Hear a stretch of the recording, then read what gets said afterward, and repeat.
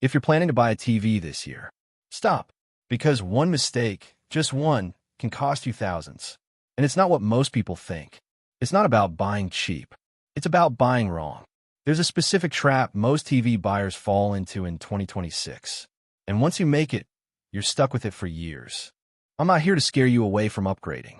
I'm here to stop you from making a long-term regret purchase. Because TVs aren't like phones. You don't replace them every year. You live with them. For movies, for sports, for gaming, for everyday viewing. And a bad decision compounds daily. People shop emotionally. They see bigger screen, brighter display, higher resolution, flashier demo footage, and they assume bigger numbers equals better experience. But that's not how TVs work. And that misunderstanding is where the damage happens. You upgrade from 55-inch to 75. It looks incredible at first. But here's what nobody considers. Viewing distance. If your room isn't deep enough, a massive screen overwhelms the space. You start noticing compression artifacts. Lower quality content looks worse. Sports broadcasts look stretched. And instead of immersive, it feels aggressive. Size should match room, not ego. Showrooms are extremely bright, so manufacturers crank brightness. Under those lights, the brightest TV wins. But in your home, excess brightness can wash out shadow detail. It can make colors look artificial, and it can cause eye fatigue during night viewing. Contrast balance matters more than raw brightness, but stores don't teach that. Let's be honest, 8K sounds elite, but how much native 8K content are you watching? Almost none. You're paying for pixels that streaming platforms don't support properly. Broadcast TV doesn't deliver. Gaming consoles rarely utilize. Upscaling can help, but it's not magic. Resolution beyond usable content is a luxury, not a necessity. People assume, if it's from a top brand, it must be perfect. Brands like Samsung, LG, and Sony make outstanding TVs. But every lineup has tiers. Entry, mid, high, flagship.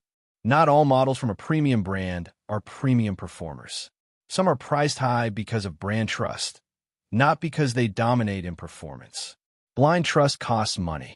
Ask yourself, are you a gamer, movie lover, sports watcher, casual streamer? Different use cases require different strengths. Gamers need low input lag and strong motion handling.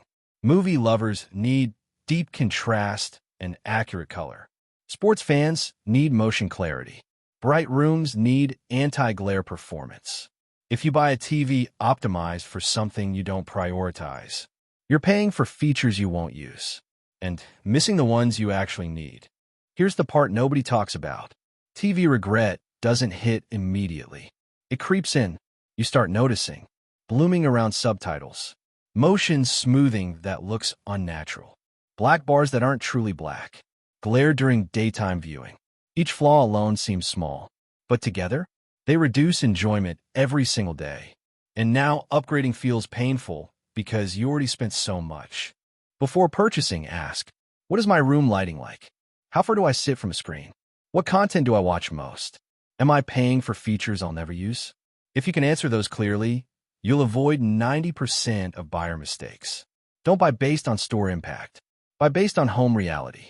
The biggest TV mistake in 2026 isn't buying cheap. It's buying emotionally. The right TV should disappear into the experience. No distractions, no regret, no second guessing. If a purchase is driven by hype instead of logic, it usually ends with disappointment. And that's expensive.